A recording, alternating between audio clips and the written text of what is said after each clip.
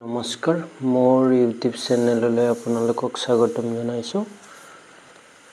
ভিডিওটো চাই ভাল পালে লাইক কমেন্ট আৰু সাবস্ক্ৰাইব কৰিব আগলৈ এনেকুৱা ধৰণৰ ভিডিও পাই থাকিবলৈ কাষত থকা বেল আইকনটো ক্লিক কৰি দিব বলক আজি আমি আলোচনা কৰিম ক্লাস 3 যোগ ৰৈ থকা অংকখিনি আজি পৃষ্ঠা নম্বৰ হৈছে 54 পৰা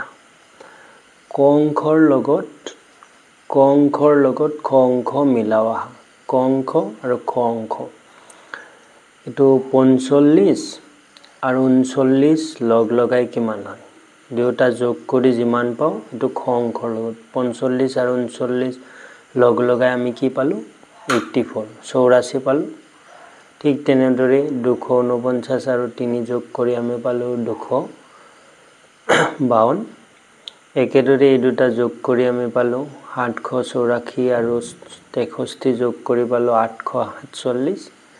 445 আৰু 239 যোগ কৰি আমি পালো 684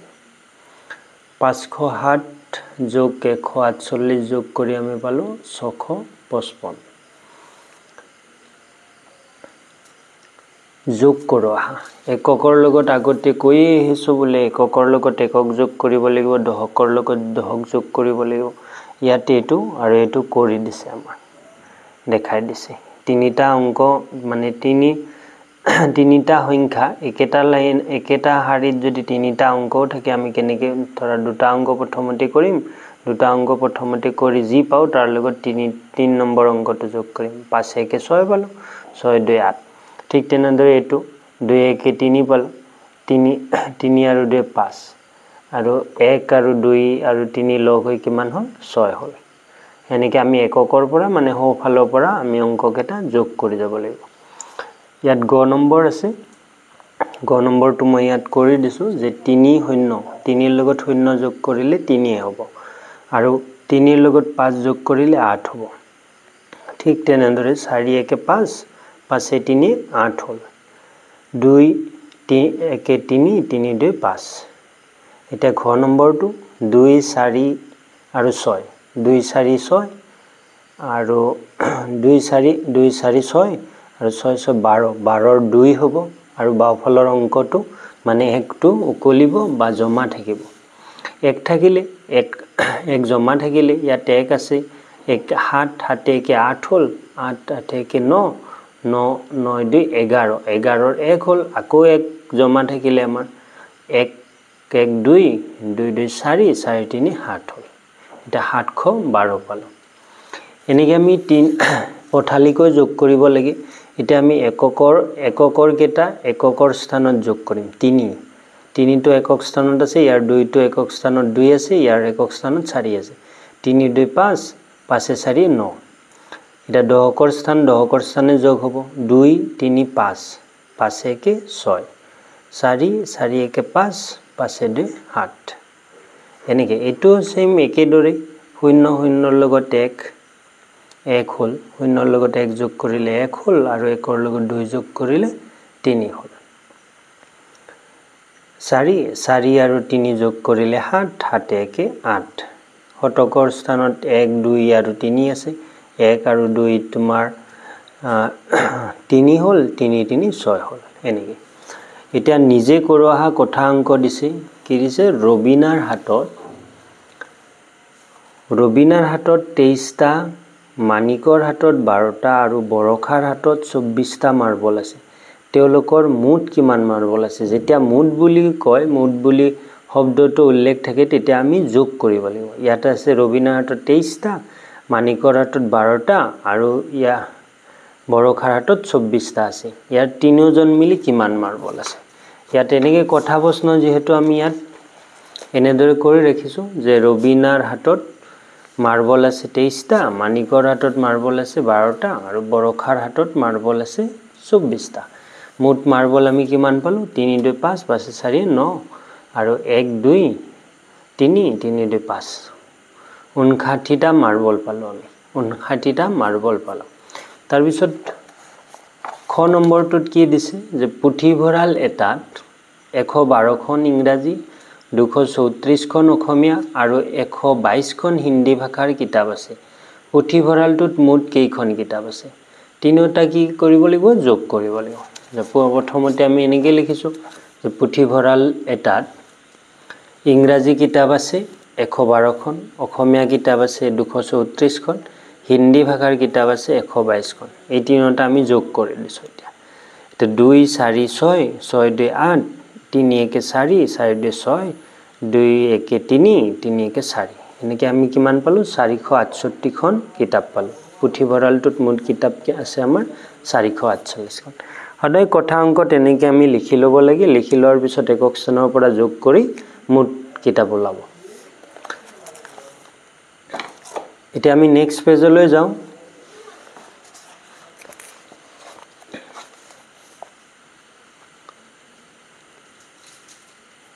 নেক্সট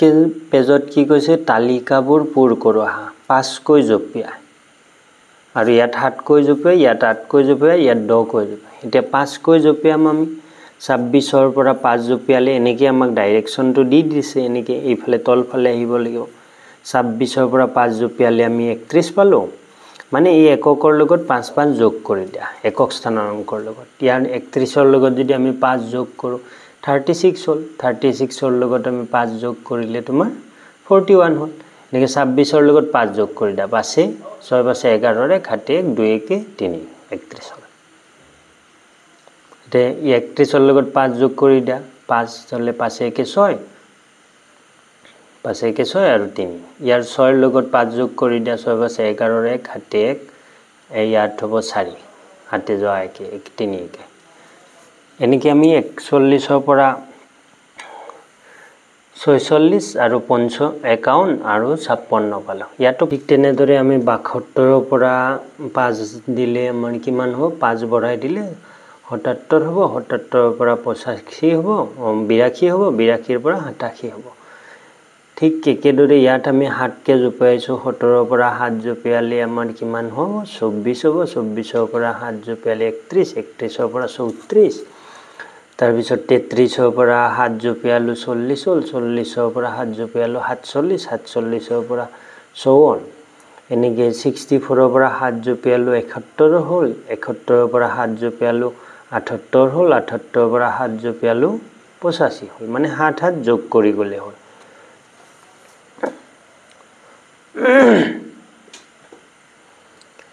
এতিয়া 8 কৈ জপিয়াও 12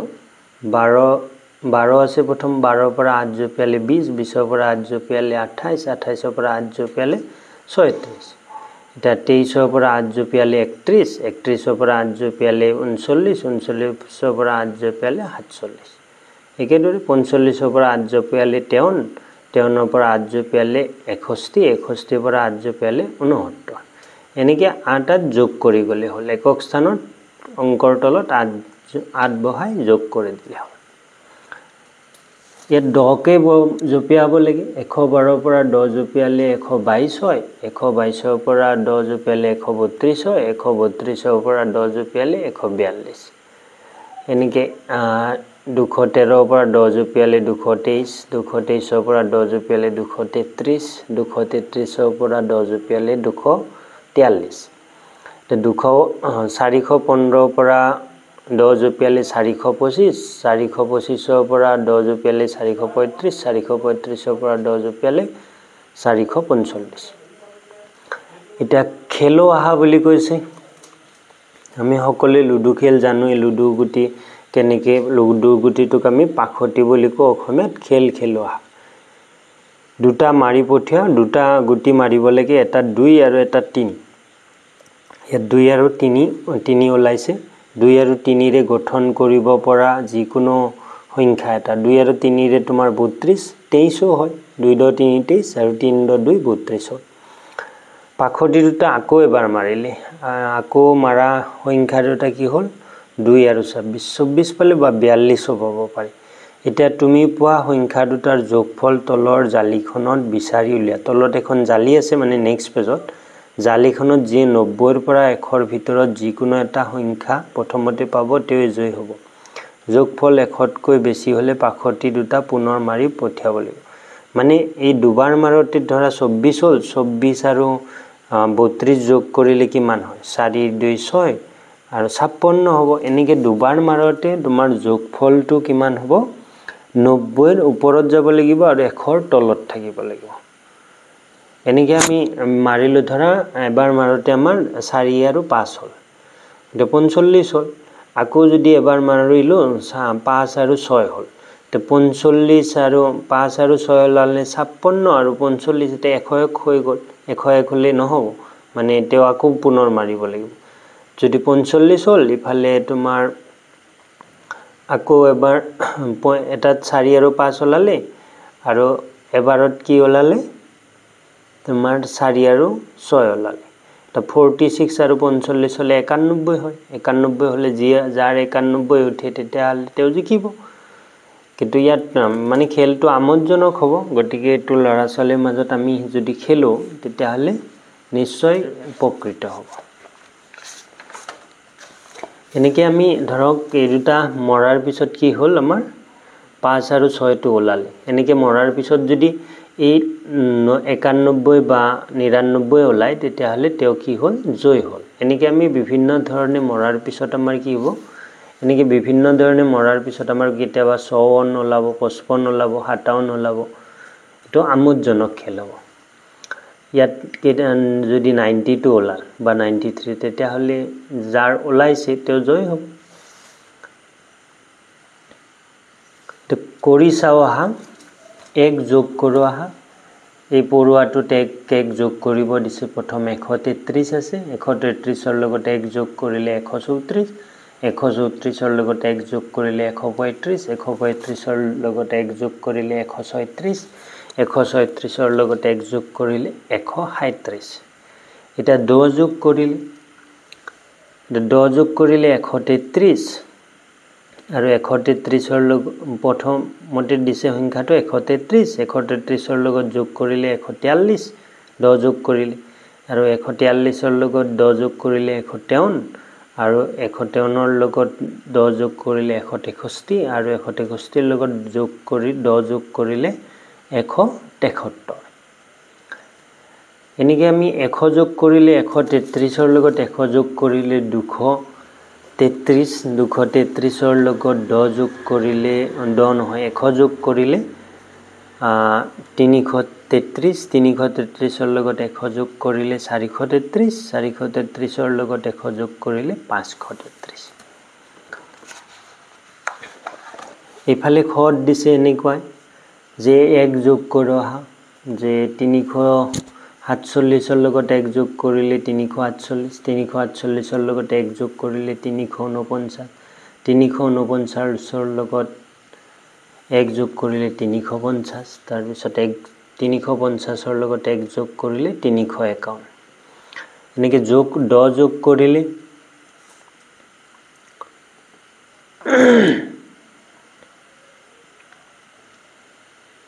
10 যোগ কৰো আহা 347 357 হ'ব 10 যোগ কৰিলে 357 ৰ লগত 10 যোগ কৰিলে